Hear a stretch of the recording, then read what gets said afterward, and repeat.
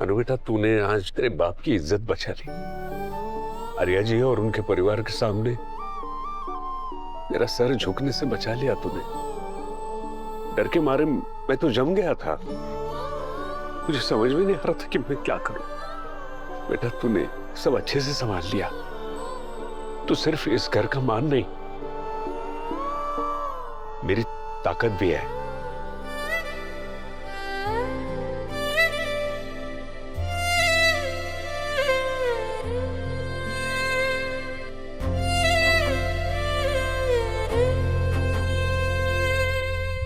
Hello. हर रास्ता अनजान था, हर मोड़ पर एक सवाल था। तुम मिले तो ऐसा लगा हर लम्हा बेमिसाल था।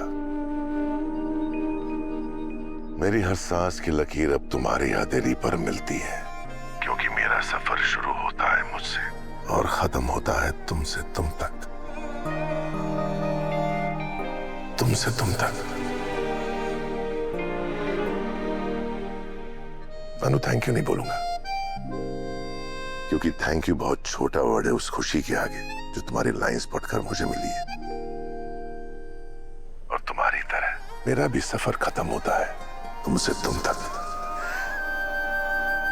तुमसे तुम तक।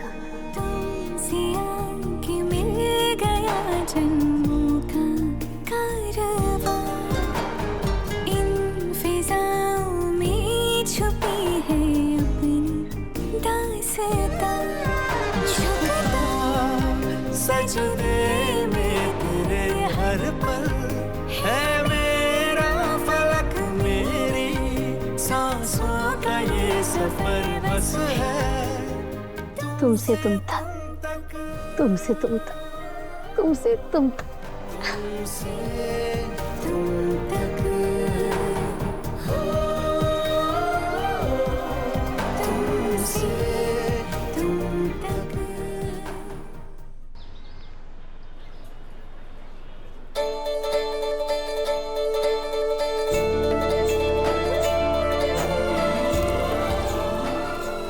आजकल तो शादियों का खर्चा इतना बढ़ता जा रहा है कि पूछो मत।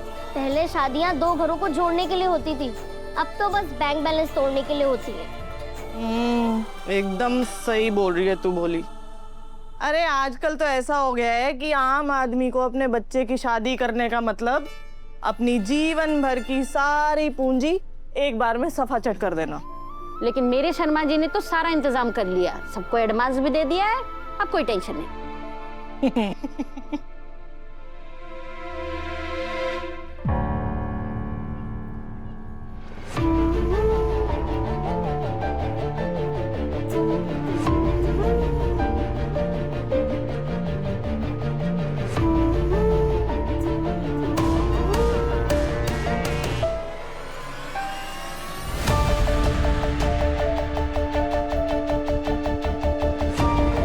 हेलो, नमस्ते विवेक जी, गोपाल बोल रहा हूँ।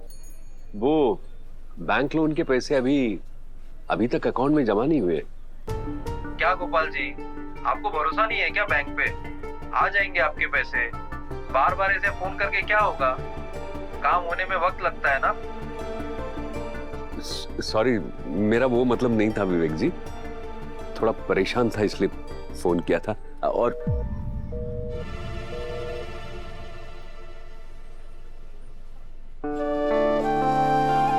मम्मी, ये पापा का है, मुझे सुबह से कहीं नजर नहीं आ रहे हैं। बेटा, शादी वाले घर में 100 काम होते हैं और एक बेटी के बाप को तो सांस लेने की भी फुर्सत नहीं होती है। गए होंगे किसी काम से। अच्छा सुन ना, ये देख, इस बार तेरे हाथ की मेहंदी खूब सजेगी, सब देखते रह जाएंगे, देखना। वो तो है, पर पहले मैं थोड़ा आपको भी तो सजा लूं। आपको भी मेहंदी बहुत जचेगी, सामने आ जाएगी। बहुत मार खाएगी, कितनी बदमाश हो गई है ये लड़की, देखो अपना चेहरा देख। मगर ऐसा कैसे हो सकता है? पहले तुम बोल रहे थे कि मेरे वीजा में प्रॉब्लम आ रहा, तुम्हारा वीजा कैसे रिजेक्ट हो गया? पता नहीं क्या चक्कर है, डॉक्यूमेंट्स भी पूरे थे फिर भी वीजा रिजेक्ट हो गया। शायद वॉर सिचुएशन की वजह से कुछ हुआ हो। नील, क्या हुआ? सब ठीक है ना? हाँ सब ठीक है अनु। तू घर नहीं आई इसलिए मैं तुझे बुलाने आई हूँ। रजनी आंटी भी वहीं है। एंड आई एम सॉरी नील, मैंने सब सुन लिया। तुम्हारा वीजा भी रिजेक्ट हो गया है ना? हाँ। अनु क्या तू इस बारे में आ रहा है सर? सिमरन कैसी बात कर रही हो? उन दोनों की शादी है अभी और 2-4 दिन में कोई फर्क नहीं पड़ने वाला है। मैं देखता हूँ क्या रीजन है, फिर से अप्लाई करते हैं। तुम जाओ अनु के साथ।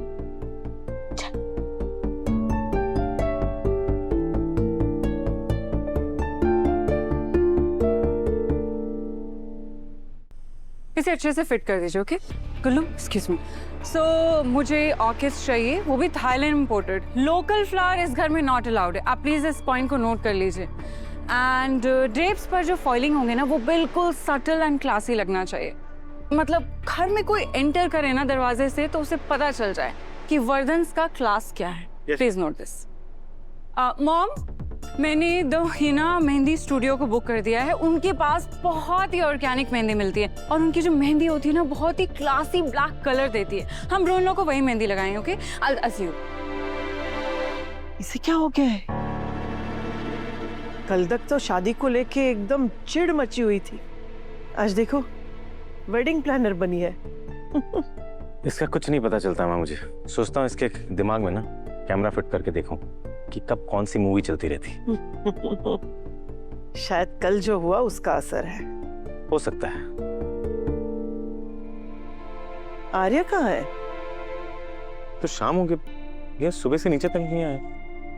मैं जाके देखती हूँ। वो फिक्स करवा दीजिए आप, ठीक है? वो आप देखिए जी।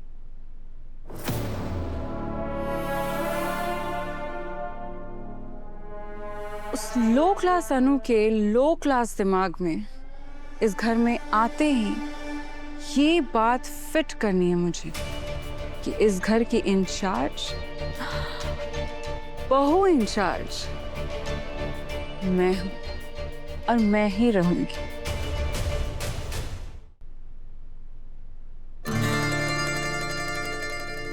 आर्य,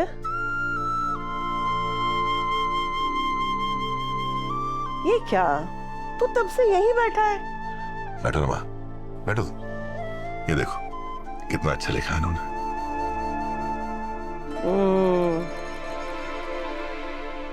मेरे लिए भी बहुत अच्छा लिखा है उन्होंने।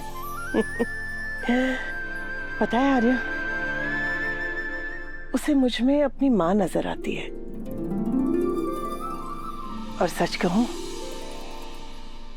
मुझे भी कभी कभी अनु में राजनंदिनी नजर आती है।